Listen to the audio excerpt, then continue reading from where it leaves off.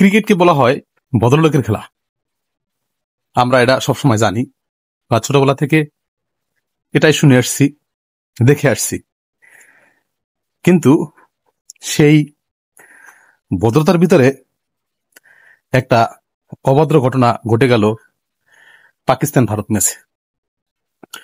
আসলে যত দুর্বল দল হোক এবং শক্তিশালী দল হোক, তাদের ভিতরে অনেক খেলা দেখেছি।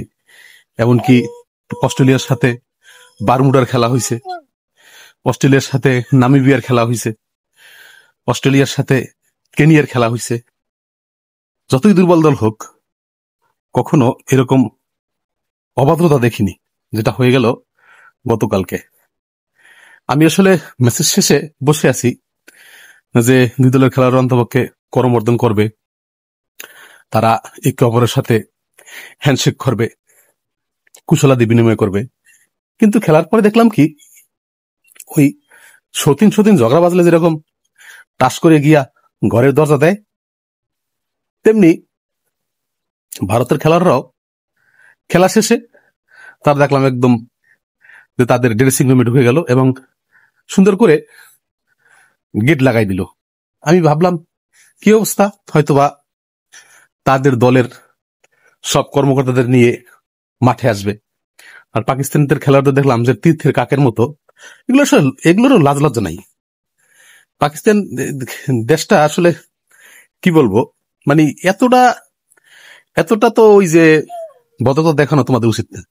তোমাদের সাথে হ্যান্ডশেক করবে না, এটা তো তোমাদের টসেই বুঝছো। যখন টস করছে, তখন দুই অধিনায়ক যখন মাঠে গেছো, তখন তোমরা বোঝো নাই যে তোমাদের সাথে ভারত হ্যান্ডশেক করবে না, তোমাদের সাথে করমর্দন করবে না, তোমাদের সাথে সৌহৃদপূর্ণ সম্পর্ক দেখাবে না। তাই তোমরা নির্লজ্জের না হান মাঠে বইছে বিল্লিগিয়া মিয়া। হ্যাঁ তো পারবা না, মানে খেললে একটা জবাব দেবে, হ্যাঁ তো পারবা না। পারবা কেমনে? তোমাদের দেশের দল নির্বাচন ভালো। এই যে দলে যে এই যে ক্যাপ্টেন সালমান আলী আগা, কাকুয়াটা জ্বালাস না, যা কাকুয়ার কাকা করে। সালমান আলী আগা কি খেলে? একটা ক্যাপ্টেন সুন্দর করে নেতৃত্ব দেবে, যাক ওটা পরের বিষয়, ওটা নিয়ে ধুম অনেকদিন। তো যখন তোমাদের সাথে করমর্দন করবে না, তোমরা কেন দাঁড়াই দিছো মিয়া?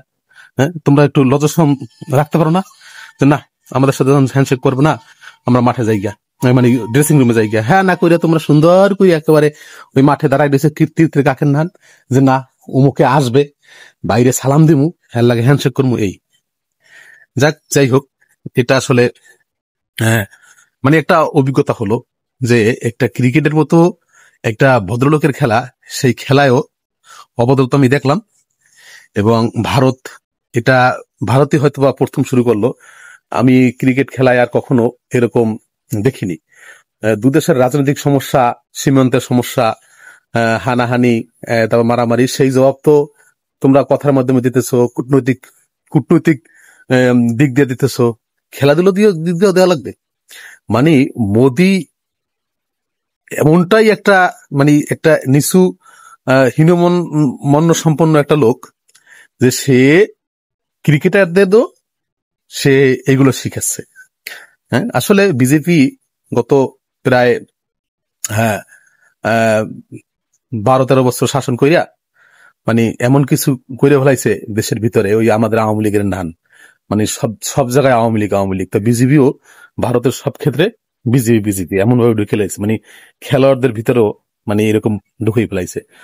গত কয়েক মাস আগে যে লিজেন্ডদের খেলা হয়েছিল ইংল্যান্ডে, সেখানেও তারা দুদল একটা সেমিফাইনালের ম্যাচ বর্জন করছে, গ্রুপ পর্বের ম্যাচ বর্জন করছে। তাই এটা তো আসলে ক্রিকেটীয় সৌন্দর্য না। তোমাদের যদি বর্জন করতে ইচ্ছে করে, তোমরা এশিয়া কাপই বর্জন করতা, যে না এশিয়া কাপ পাকিস্তান খেলে লিগে আমরা ওখানে খেলবো না, লিজেন্ড কাপ পাকিস্তান খেলে লিগে আমরা খেলবো না, এটাই তো উচিত হইতো। এমনকি খেলা শুরুর আগে যে জাতীয় সঙ্গীত পরিবেশন করা হয়, সেখানে ভারতীয় জাতীয় সঙ্গীত পরিবেশন সুন্দরভাবে করা হলেও পাকিস্তানের জাতীয় সঙ্গীত পরিবেশনের সময় নাকি শুনলাম, আজকের খবর, আমি তো খেলা দেখিনি, যে সেখানে একটা আইটেম সং বাজানো হয়েছে এবং আয়োজকরা বলছে এটা তাদের ভুল ছিল। তো এটা কেমন ভুল? একটা দেশের জাতীয় সঙ্গীত বাজানোর আগে আইটেম সং বাজানো হবে, সেটা আবার ভুল? তাহলে বোঝা যায় আসলে পূর্বপরিকল্পিত।